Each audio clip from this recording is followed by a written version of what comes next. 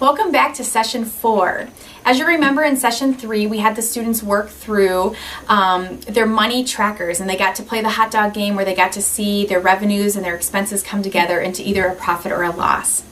At the end of that session, we talked to the students about the importance of saving money even if they had a profit, just because they never know what might be to come. Today we're going to talk about those problems that might come up that entrepreneurs have to deal with on a daily basis.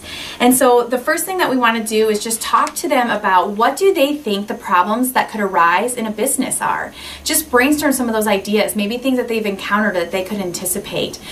Feel free to talk about your experiences and what are some of the problems that you've had to encounter, whether it be in business or in personal life. And get the students talking a little bit about their problem solving that they do on a daily basis as fourth graders as well. Once you've had the time to talk a little bit about that in your introduction and getting the students to brainstorm some of those problems they experience on a daily basis, you want to talk to them about how there are some great steps that we can take in order to make a good decision when there comes to be a problem. So what you should do is hand out a problem-solving bookmark to each student. What you'll notice is on one side it has the steps clearly spelled out, and on the other side there's open areas in which they can actually use this at a later time to walk them through a problem that they might encounter. So it's a bookmark that they can keep with them, and it's a resource and something that they can actually utilize on their own at a later time. So what you want to do is just to walk through all of the steps that the students that they're to take when they have a problem. So I'd like to walk through this as a whole class, have a student read the step, and then to be able to break it down. What you'll notice in step 2 is that there is a list to brainstorm of possible solutions. And for today's purposes, we are really going to be brainstorming some common solutions that businesses often use. That is to change the price of a product, to change the advertising, or to change the supply. And it's good to make mention of that because that's going to come into play later in our activity. But obviously for real life and everyday life as fourth graders, they are probably not going to be using those same 3 brainstorms, so you can help them make it connect to their specific situation. Once you go through the steps, it's a great idea to actually go through an example of how this would actually look as you play it out in a real example. The guidebook suggests that you use an example from the hot dog stand game, in that maybe the hot dogs that you typically use cannot arrive, but you might brainstorm with your students what other scenario they would like to walk through. So the great thing is that whether you use the example in the book or whether the students come up with it, you want to make sure to walk through that example so that they can see it step by step. After you have done that, you're going to move into the final portion of the activity, which is to use the problem-solving catchers. Now, as adults, this might look a little bit intimidating, but I guarantee that many fourth graders are going to be familiar with what these look like. The final product looks like this, and it's a game in which the students can work in partners to play. But I'm going to walk you through how to fold your catcher. A great way to accomplish this portion of the activity is to make sure that you and the teacher are both up in front of the classroom to model each step by step. Please note that this is going to take probably 5 to 10 minutes in your classroom, as the students are going to be very excited to get to do this, and they really take great pride in getting to make it themselves, so I really feel like it is important for them to get to do that.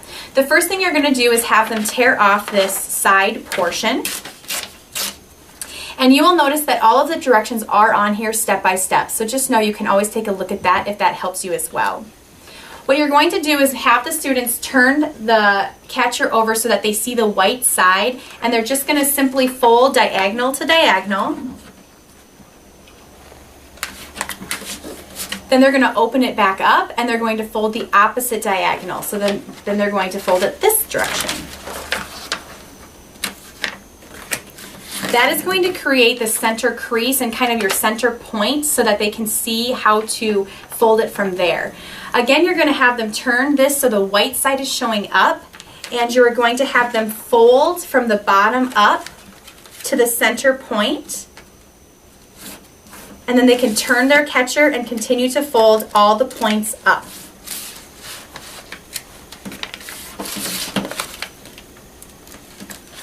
So they should all have a square. And again, I would pause at this point and assess the classroom to make sure that everybody is at this point. Then you're going to have them flip it over so that, again, the white side is showing, and you're going to do the exact same thing in that they are going to be pulling from the bottom corners up to that center piece.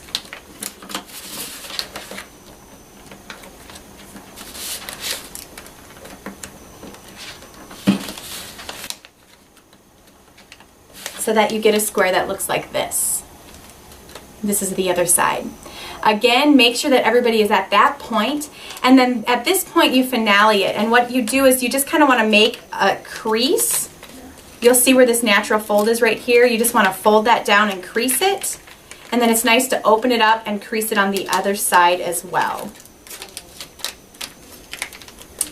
And then finally, you want to slip your fingers in it, so you use your thumb and your index finger, and you just kind of, the first time you do it, you kind of have to help it get to the shape that you need it, but this is what your ultimate final product will look like.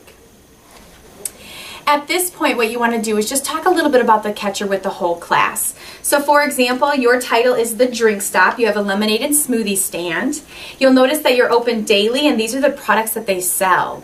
But today we have a problem, and the problem that we have today is that the company we buy lemons from, which is Lemons R Us, their truck broke down and they are not able to deliver lemons this week. So that's the problem. So what you're going to have the students do is they are going to work in partners, and they are going to use this kind of as a little mini game or activity. You're going to have the person that's holding the catcher ask the other person to give them a number 1 to 8. Let's say they say 3. They're going to count off 1, 2, 3. Then what they're going to get is they are going to get to read the options that are inside, and the person gets to choose what that option might be. So for example, they could change the supply. They don't have the lemons, so maybe they want to change their supply. So they can either replace the lemonade with iced tea, or they could replace the fresh lemonade with a powdered mix. The person's going to get to make that decision and decide what they want to do. So then let's just say they say, let's try the iced tea. Then they're going to open up the catcher and actually read either the risk or the reward that took place. So for example, in this case, the customers grumbled, but they tried your iced tea. The drink sales held steady. And so that is just kind of walking through some of the positive things or some of the negative things that might happen depending upon what the choices are.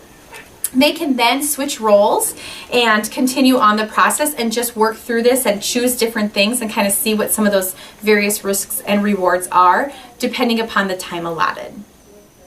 The final thing that you want to do is to, again, make sure that you bring everything together with that summary and review.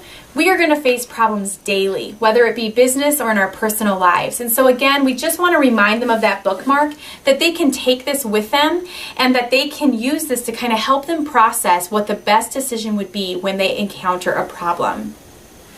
Again, you want to highlight the importance of saving money because you just never know what's going to be happening, and that no matter what, no matter if they're an entrepreneur or whether they're a 4th grade student, all of this information can be used day to day for them every day.